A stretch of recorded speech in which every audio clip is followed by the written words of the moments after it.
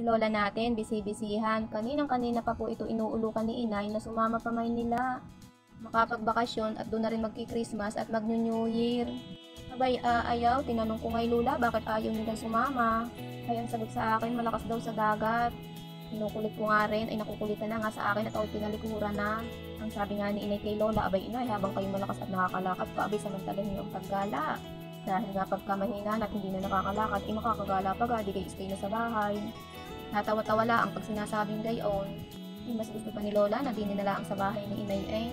Ayan, hiling-hilig ko sa paghinot-not. Maminis yata ni Lola aring ng kanyang ginagawa kaya ayaw sumama. At ayan, nagmamaganda na naman po ako diyan. Umalis kasi si Inay at si Abet. Kamila ang ni Lola ang natira din sa bahay. Tinatanong ko nga si Lola kung anong gustong merienda. Ang gusto nga raw niya ay patatas. Ayun ay french fries.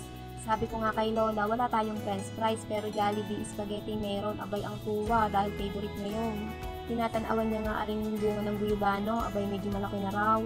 Nang matapos kong maligo si Lola natin, ayan, nagmerienda na po siya ng Jollibee spaghetti.